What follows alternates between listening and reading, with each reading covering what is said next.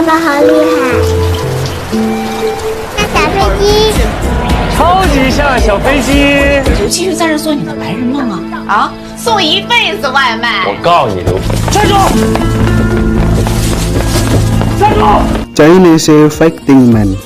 Film Cina yang dirilis pada tahun 2020 ini mengusung genre drama dan family. Film ini adalah sebuah pengapresiasian terhadap dedikasi seorang kurir di masa pandemi yang tetap berjuang mencari sesuap nasi untuk bertahan hidup. Dalam sisi lain, mereka juga menghadapi masalah internal tersendiri dalam keluarga yang tidak mereka bawa dalam ranah pekerjaannya. 咱们来北京3年的时间，一共攒了5万块。今天你还赔出去1万，我不愿意继续租房子住，我不愿3天2头的搬家。 Jadi selama pandemi, kita yang stay home masih bisa menikmati barang yang kita inginkan melalui jasa perantara kurir. Paket, paket, paket, ibu paket, paket. Film ini memang layak ditonton dan diapresiasi dalam penyuguhan drama. Dan tentunya banyak pesan moral yang terkandung di dalamnya. 当时爸爸就想，绝对不能放弃。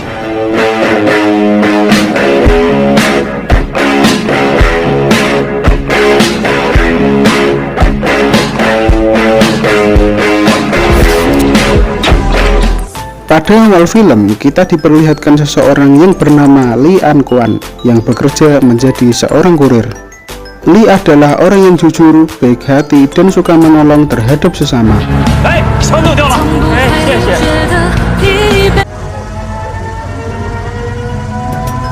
Ketika temannya, sebut saja dia Johnny, yang sedang dalam masalah, dia berniat membantunya.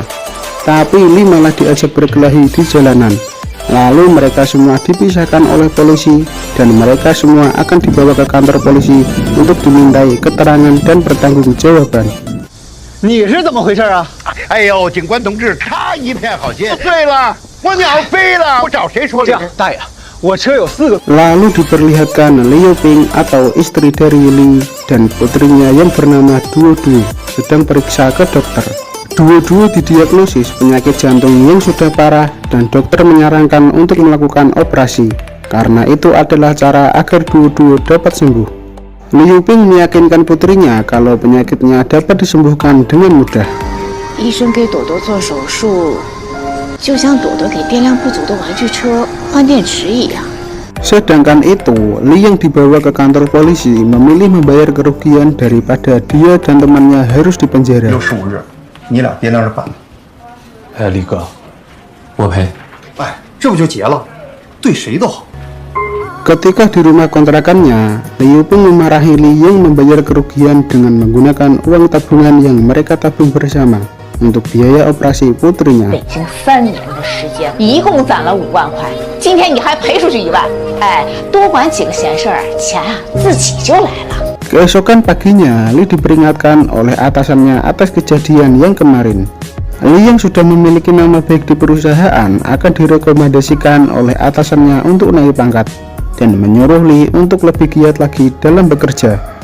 要从外卖员里选几个站长，我帮你推荐上去了啊。重要的是，你得先把外卖的活儿干好啊。 Ketika sedang di rumah, tiba-tiba pemilik kontrakan akan menjual rumah kontrakan Lee ke orang lain karena Lee dianggap tidak mampu membayarnya. 合适吧2000一个月，你还嫌贵？我有什么办法？ Seketika Lee dan istrinya berdebat karena kebutuhan ekonomi yang semakin tinggi dan istri Lee berniat membawa pulang Duo-Duo ke kampung halamannya. 啊，那你意思我啥也不是呗？不要在公交车上挤来挤去。啊，那怎么着？我现在闲着呢是吧？ Keesokan harinya, Liu Ping dan Duo-Duo bersiap-siap akan pindah ke rumah adiknya. Sedangkan itu, Lee tidak ikut dan tetap bekerja menjadi kurir di kota Beijing. 我租完房子，我接你俩去啊。我跟你说话呢。 Ternyata setelah itu, Lee menemukan sebuah kios koran yang tidak terpakai dan Lee akan menempatinya. 父母的年纪也大了，反正也留不下来，还不如早点。Setelah seharian bekerja, di malam harinya Li menjadi sopir bayaran untuk yang pertama kalinya. 喂，你好，请问是手机尾号1488车主吗？我这也没点外卖，我刚……您车在哪儿？那个啊，好嘞，来。 Keesokan harinya, duo-duo yang ulang tahun merayakannya bersama-sama beserta dengan bibinya. Dan di saat itu, Liu pun memperingatkan Li untuk tidak terlalu bekerja keras. 你自己悠着点，也别太拼了。 Saat Li sedang bekerja, makanannya malah dicuri seseorang yang tidak dikenal dan membuangnya. Li yang bercerita dengan atasannya hanya bisa pasrah dan diam saja, karena yang mencuri adalah teman kurirnya sendiri. 我昨天餐被人偷了，多了2差评，自己人。 Ketika sedang di rumah adiknya, Liu pun mendengar perdebatan adiknya dengan suaminya yang tidak senang jika mereka berdua numpang hidup di rumahnya. Lalu Liu pun pergi dan menemui Li. Liu pun memutuskan akan bekerja di luar kota dan akan membawa putrinya. Li yang tidak setuju merasa bahwa putrinya harus sekolah dan tetap tinggal serta berobat di Beijing. 爸爸，全中国治心脏就北京最好，你自己心里有点数，听见没？ Keesokan harinya, Liu pun mengantar duo-duo bersekolah dan berpamitan untuk pergi bekerja ke luar kota. Dan kemudian duo-duo akan ikut bersama Li. 等妈妈攒够了，给走走走就回来。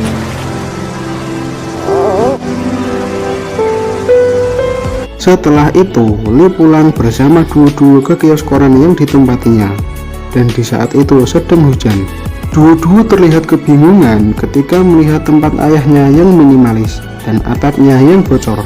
Tapi Li tetap menghibur putrinya dengan membuatkan kapal dari kertas agar duo-duo terlihat bahagia walaupun dalam kondisi yang sulit.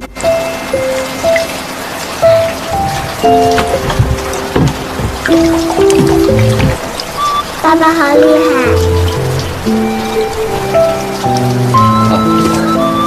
爸爸自己来。 Setiap hari mengantarkan putrinya sekolah, lalu pergi bekerja dengan sangat disiplin. Lalu menjemput putrinya dan menitipkannya di asrama karyawan. Dan di malam harinya menjadi sopir bayaran. Itulah keseharian Li yang sangat melelahkan. 谢什么谢，滚蛋！ Saat akhir pekan, Li mengajak duo-duo pergi bekerja untuk yang pertama kalinya. Hingga seorang customer Li yang senang melihat duo-duo membelikan sebuah makanan yang enak untuk duo-duo. 小朋友，谢谢你给阿姨送的菜。不对，是刚才一位顾客阿姨请的，今天见了很多，为什么要请我们吃饭呀？ 因为她看朵朵实在是。 Keesokan harinya, Li mengajak duo-duo ke kantor untuk wawancara promosi kenaikan pangkat. 有时候你就坐在这儿一动不许动，听没听见？明白了，你都说了800遍了。 Li menceritakan kejujurannya kepada direksi perusahaan dan setiap hal-hal yang tidak terduga yang sering dia temui saat bekerja. Walaupun Li memiliki data yang terlihat buruk di perusahaan. 好多表现是系统统计不到的。 去外卖员带着孩子上班吗？我知道，的确是经常会碰到一些你不得不管的事，也是因为我去管了其他的事儿，所以说，要是评选站长只看数据的话，的确没什么优势。 Putrinya memberikan semangat kepada ayahnya setelah wawancara. Li terlihat tetap tegar di hadapan putrinya walaupun dia banyak urusan dan masalah. 只要坚持，就一定有希望。 Ketika malam hari saat Li menjadi sopir bayaran, dia berniat menolong seseorang yang bertengkar di jalanan. Tapi dia malah menyebabkan banyak masalah dan mendapat tekanan dari banyak orang. 别打女人，听见没？不是你他妈谁呀？哎呀！不当男人，你是谁呀？是不是你开的？喝多了吧你啊？我看不的事跟你有什么关系？我俩事儿关你屁事儿啊！你开的，就是他。我跟你话呢，这还装傻？认不认？非得你今天不拿钱不好使，听了吗？找他，你们在这干啥呢？啊，喝多。 Masalah Li tidak sampai di situ saja. Ketika dia akan pulang bersama duo-duo ke kiosnya, Li melihat kiosnya akan dirubuhkan. dan Lee berusaha untuk membubarkan para pekerja. Putrinya yang melihat ayahnya dipukuli oleh para pekerja seketika langsung menangis.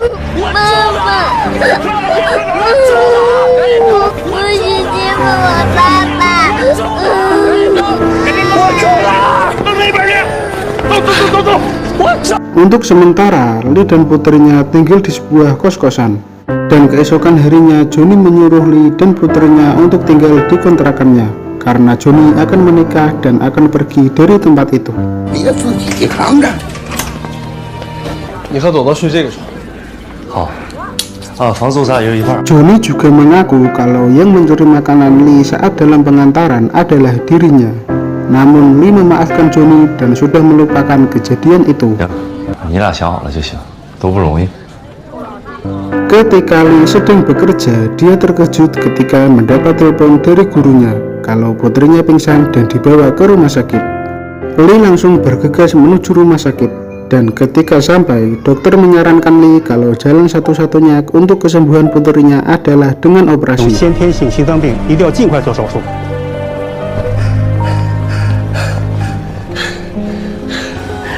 Lalu Lee pergi mencari-cari pinjaman untuk biaya operasi putrinya, namun tak ada satupun yang bisa meminjaminya. 不咋样，上个月我爸摔了一跤，在医院住了1个多。行，没事，好，你先忙啊。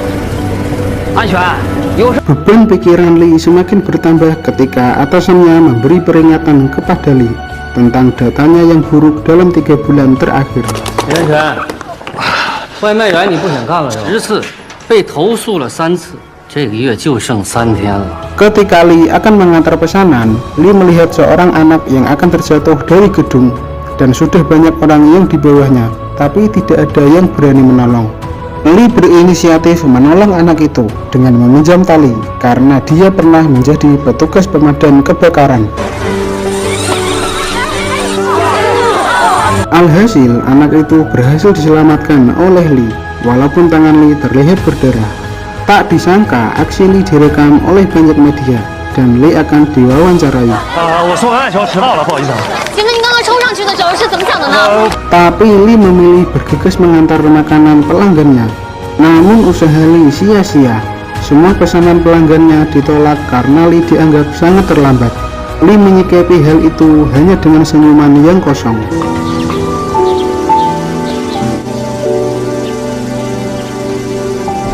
Kemudian semua makanan yang ditolak Lee berikan kepada seorang kakek dan mereka berdua memakannya bersama. 这是怎么了？这是这今晚上这是。 Lee yang terlihat frustasi menenggak beberapa minuman dan menceritakan semua yang dialaminya kepada kakek itu. 那个孩子挂窗户上了，我就爬上去救护拒收。超时，对，客户拒收。 Keesokan harinya, ternyata aksi Lee saat menyelamatkan seorang anak masuk dalam berita dan membuka donasi untuk biaya operasi putri Lee. 李安全上电视了。感动了整个城市，他这笔钱做手术。今天我们为他的女儿设立了。 Lee yang mengetahui hal itu langsung terkejut dan terharu karena banyak yang peduli kepadanya. 送到这位外卖小哥爸爸，那不是你吗？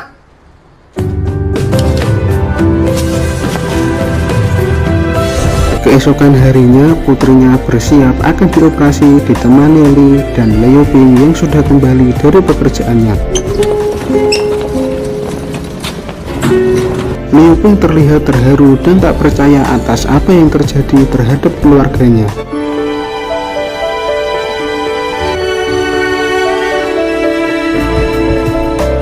Kemudian Lee dipanggil oleh bos perusahaan untuk melihat tawaran pekerjaan yang lebih baik untuk Lee. Karena sebelumnya setelah semua itu Lee berniat ingin pulang kampung. 现在啊，还一步缺人，如果你愿意的话，可以来试。 Kemudian Lee memutuskan akan tetap di Beijing karena tawaran pekerjaan dari bos sangat menjanjikan dan lebih baik daripada menjadi kurir.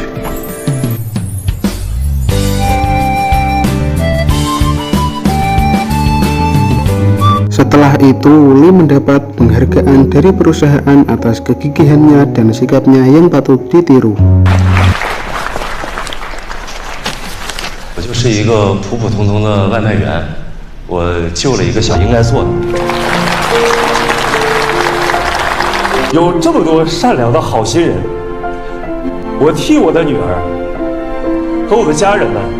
Dan film pun berakhir. Film ini memberikan pelajaran kepada kita bahwa meskipun orang-orang yang memiliki hati yang tulus dan selalu berbuat kebaikan tidak terlihat di mata manusia lain, tapi dalam penilaian Tuhan itu adalah rare material yang hatinya bersinar lebih terang di antara miliaran makhluk di bumi. Karena semestinya kita hidup di dunia ini untuk menyalurkan berkat dan kasih sayang kita kepada sesama makhluk lain. Hingga pada akhirnya algoritma Tuhan mengambil alih sisanya untuk merekomendasikan kita kepada lebih banyak orang lagi. Bukankah begitu? Ketika niat hati yang benar disertai ilmu yang cukup, keduanya akan menghasilkan iman yang kuat dan tak tergoyahkan. Cukup lakukanlah bagian kita yang terbaik dan selanjutnya biarkan algoritma Tuhan yang bekerja dan mengambil alih sisanya. Tanpa harus menjadi orang lain, bahkan tanpa harus sama dengan yang diinginkan dengan dunia ini. Karena saya yakin bahwa algoritma Tuhan dan buatan manusia memiliki cara kerja yang sama. Tapi algoritma Tuhan jauh-jauh lebih absolut, kekal, tidak memihak dari dulu, sekarang, sampai selama-lamanya. Terima kasih sudah menonton dan see you in the next videos.